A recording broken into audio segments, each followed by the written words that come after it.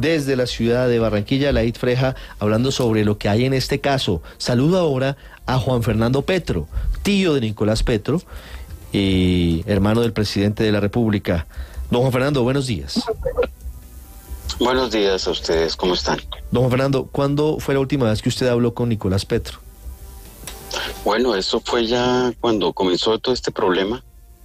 Precisamente yo viajé a Barranquilla para darle el apoyo como tío, como familiar directo y contenerlos de alguna manera también, porque de igual manera yo también estaba inmerso en un problema, en un conflicto, en un escándalo que toda la opinión pública pues ya conoce perfectamente. Pero ya eso hace meses ya, ¿no? Cuando todo esto comenzó, no recuerdo la fecha exacta, pero febrero, marzo. Fue, y más o menos, sí. Y de ahí en adelante, pues nos hemos comunicado por saludo, por WhatsApp, pero no nos habíamos podido volver a encontrar. Entonces, sí. Ya en estos días nos despertamos con esta noticia y bueno, nos coge a todos de sorpresa. Y bueno, aquí estamos, ¿no? Sí, ¿qué opinión tiene de la decisión de la Fiscalía de capturar a su sobrino? Bueno, eso he escuchado que ha generado una serie de interpretaciones polarizantes, ¿no? Unos completamente de acuerdo, otros que fue un show mediático, otros que fue una decisión política de la Fiscalía, no lo sé. No tengo ni idea, simplemente el hecho es que sucedió y lo único que uno pide es que haya pues transparencia en todo esto, ya sea que al final el resultado de todo esto sea hacia un lado o hacia el otro, en beneficio de Nicolás o no. Todos queremos que sea en beneficio de Nicolás, pero que la justicia, que la Fiscalía actúe de manera transparente, eso es lo importante, lo que todos queremos, necesitamos y de alguna manera exigimos. Y ya pues, ya el proceso andará con su propia dinámica y nadie tiene el derecho de intervenir en esto. Y esa es la idea, ¿no? Señor Petro, cuando usted habló con Nicolás, con su sobrino, ¿qué le dijo cuando usted le preguntó por las afirmaciones de Dais Vázquez? No, en ese momento todos estábamos, y aún seguimos, como ustedes lo dijeron hace unos minutos, a tientas, ¿no? O sea, no hay claridad todavía, hay mucha confusión con respecto al tema. Yo, de hecho, con respecto a ese tema tengo confusión.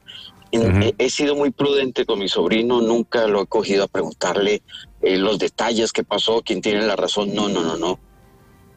Es su fuero personal, no me he metido en eso por respeto a él mismo y porque la dinámica del proceso siga su curso normal, sin ningún tipo de alteraciones, ¿no? Ahora, él sí, muy confundido, muy triste, ha quedado muy solitario en esto. Bueno, creo que eso le pasaría a cualquier persona que esté metida en estos problemas tan complejos, porque no solamente son problemas personales, sino que se extienden a problemas de país, por lo que implica, ¿no? Ser el hijo de un presidente de la República. Claro.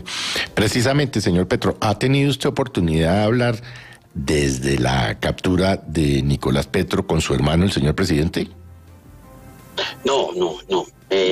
Hablé con él hace 4 días antes, pero de otros temas, de otras cosas, de cuestiones ya personales y familiares, pero nunca, ni él tomó el tema, ni yo tomé el tema. Creo que ni siquiera estaba en la cabeza, no se lo pregunté, pero creo que no estaba en el radar de ninguno de los dos el hecho de que fueran 3 días después a capturar a Nicolás. Nos cogió de sorpresa. Y esto es un espacio de incertidumbre, ¿no? Porque no sabemos qué va a pasar. Lo único que uno siente en este momento es la necesidad de estar cerca de Nicolás por la sangre, por la genética, por ser familiares directos de él y desear que todo salga para bien, ¿no?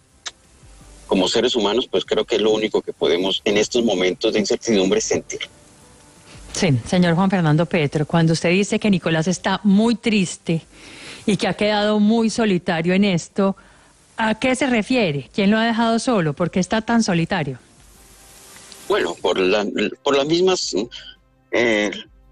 circunstancias en que se rodea. Cuando uno se mete en un problema de esta naturaleza, por lo general la tendencia humana es que cuando tú estás bien, tienes todos los amigos del mundo, eso lo sabemos todos. Pero cuando tú caes en un problema, aquellos que parecen amigos, amistades, relaciones, empiezan a desaparecer, ¿no? En la vida de todos los seres humanos, la naturaleza de la amistad o del amor no es tan clara cuando tú estás en problemas, más bien ahí donde empiezan a aparecer hasta qué punto las personas se te acercan a ti por intereses particulares, y cuando tienes problemas, pues esos intereses no están en el radar de esas personas y se alejan. Eso es algo que pasa en la vida de cualquier ser humano, no solamente lo que nos está pasando a nosotros ahora, sino a cualquier persona en cualquier parte del mundo. Sí. Don Juan Fernando, ¿qué papel jugó su sobrino Nicolás Petro en la campaña presidencial de su hermano, el hoy presidente Gustavo Petro, el año pasado? Bueno, él jugó un papel directo, todo el mundo lo supo, en la costa atlántica. Se le metió de firme a la campaña, hasta donde todos vimos, hasta donde todos conocimos de manera normal, de manera abierta, transparente. Todos vimos a trabajar a Nicolás en la ejecución de la campaña en la costa. Pues ya aquellas cosas que se producen internamente y en silencio, que uno no puede conocer porque pues no vive uno 24 horas al día con una persona, pues ya son otras cosas, ¿no? Pero él siempre trabajó directamente en la campaña de manera eficiente. El cierre en Barranquilla lo organizó él y fue una cuestión apoteósica. Como cualquier campaña, que todos los medios estuvieron allí, vieron y se dieron cuenta, y fue un éxito. Lo que pasara ya por dentro internamente, pues no tengo ni idea, pero por lo menos en el aspecto externo de lo que se vio, él trabajó directamente de manera de frentera, apoyando la campaña en la costa atlántica. Sí, es Juan Fernando Petro, hijo, hermano del presidente Gustavo Petro, tío de Nicolás Petro, diputado a la Asamblea del Atlántico, hoy detenido por petición de la Fiscalía ante un juez. Don Juan Fernando, antes de despedirlo, quiero hacerle una pregunta acerca de el papel, del rol de las palabras de su hermano, del presidente de la República, en este episodio. Recuerdo que en febrero, cuando se comenzaron a generar los escándalos en torno a Nicolás Petro y a Juan Fernando Petro, el jefe del Estado emite un comunicado diciendo que le pide a la Fiscalía que investigue y que llegue hasta las últimas consecuencias. Y el sábado, en Twitter, el presidente Petro dice dos cosas que son muy llamativas. Como persona y padre me duele mucho tanta autodestrucción. Y luego dice, a mi hijo le deseo suerte y fuerza, que estos sucesos forjen su carácter y pueda reflexionar sobre sus propios errores. ¿Qué opinión tiene frente a estas afirmaciones tan duras del presidente Petro contra su hijo Nicolás Petro? Bueno, yo lo veo desde diferentes aristas el comentario de él. De hecho, el Twitter me gustó mucho más que cuando nos lanzó por primera vez frente a la Fiscalía y ante la opinión pública a defendernos. Pero esto tiene diferentes interpretaciones. Una que le veo es que es un Twitter muy sensible desde mi punto de vista personal, que siento que le duele en el alma lo que está sucediendo y no se puede ser ajeno a eso, ¿no? Es el padre. También que en la vida de todo ser humano, todos, absolutamente todos los seres humanos cometemos errores. Y cuando uno comete errores es porque no es consciente en ese momento de sus acciones.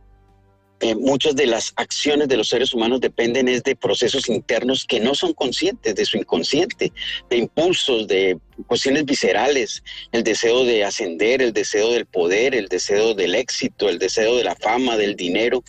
Y eso hace cometer en el transcurso de la vida, y más cuando uno es joven, ese tipo de acciones y de errores no son justificables. Y por eso existe algo llamado la justicia, para precisamente equilibrar esas tendencias innatas que tenemos todos de buscar algo más de lo que normalmente deberíamos ejecutar.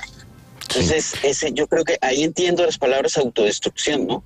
Uno empieza a hacer procesos que al final los llevan a que uno termine mal. Pero no solamente le suceda a ciertas personas, nos sucede a todos los seres humanos, consciente o inconscientemente. Entonces, en ese sentido yo interpreto las palabras de mi hermano, y son palabras muy dolorosas. Son palabras de decir, qué vaina, la embarramos. Ahora, la consecuencia de eso es que cada acción trae su consecuencia, y la consecuencia es lo que está pasando en este momento. Sí. Déjeme volver un poco atrás, don Juan Fernando, y es después de que el presidente de la República en una entrevista dijo que él no había criado a Nicolás, yo no lo crié.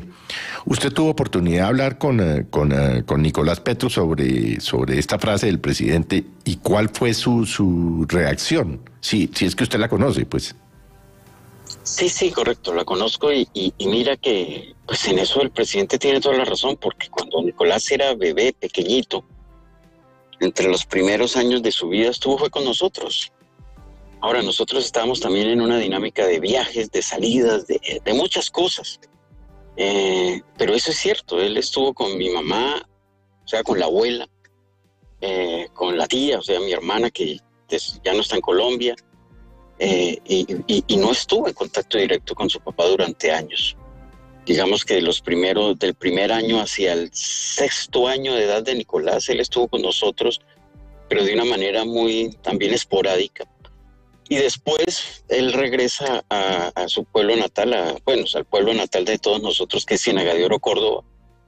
Y ahí vive con la mamá. Ahí pues nosotros ya estuvimos mucho más lejos de Nicolás, porque solo esporádicamente en vacaciones íbamos al pueblo y lo visitábamos. Y esa fue la manera como Nicolás allá en Ciénaga de Oro se fue criando más bien.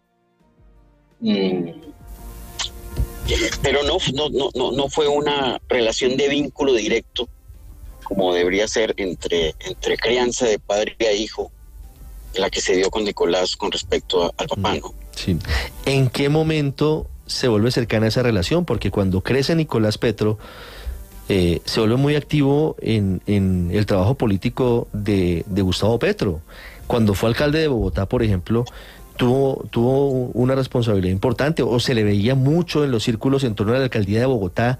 A ella estaba muy presente Nicolás Petro. ¿En qué momento esa distancia aparente que existía en los primeros años de vida se reduce y se vuelven cercanos?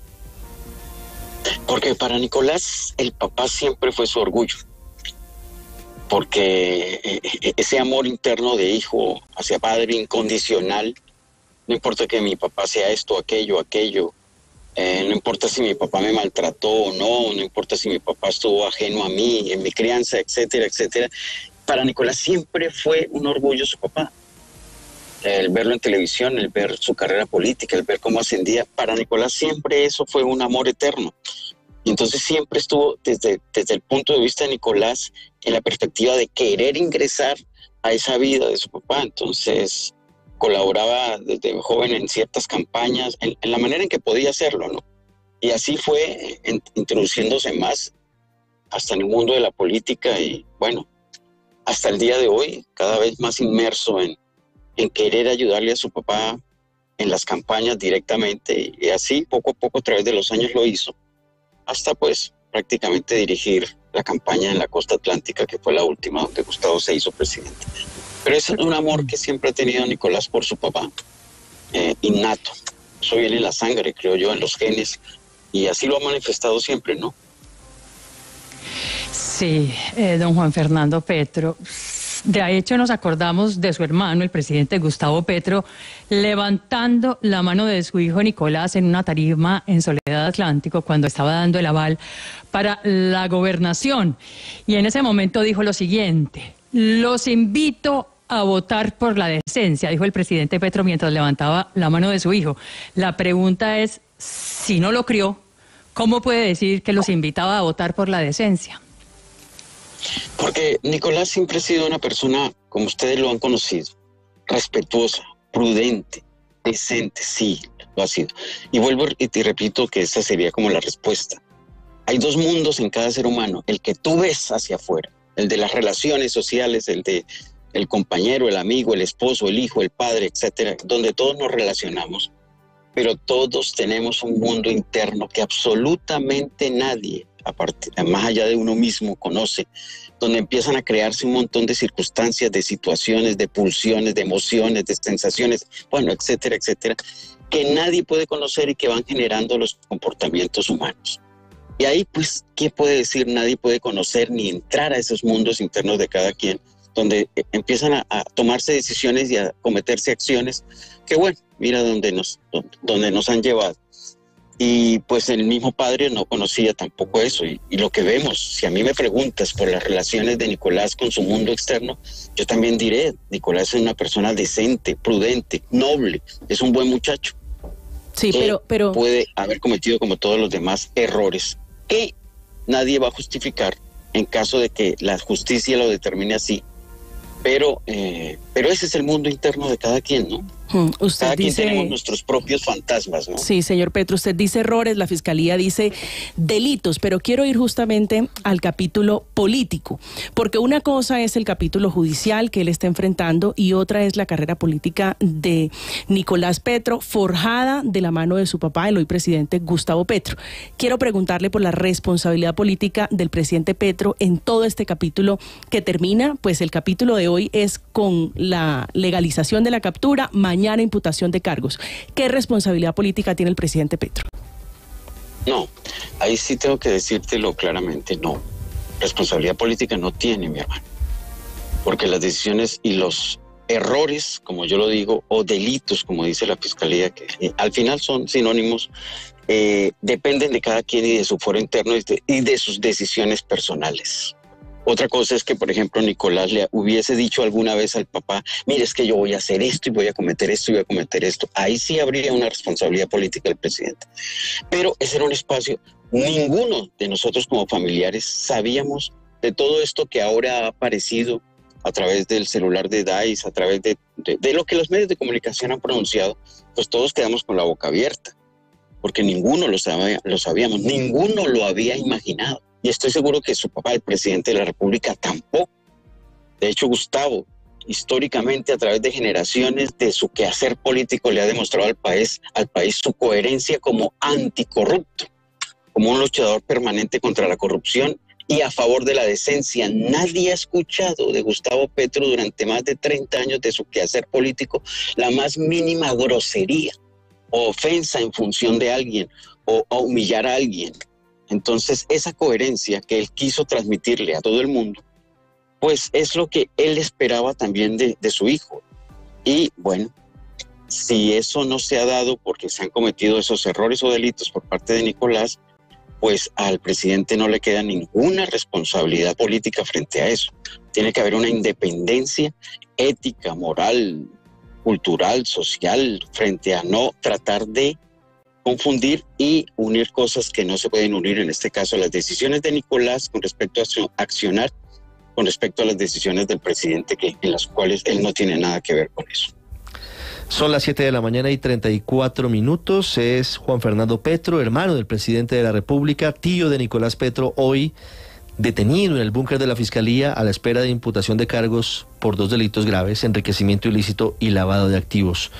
Don Juan Fernando, muchas gracias por estos minutos con los oyentes de Blue Radio. Ni más faltaba, muchas gracias, muy amable, y bueno, quedamos todos pendientes para ver cómo todo esto se desarrolla.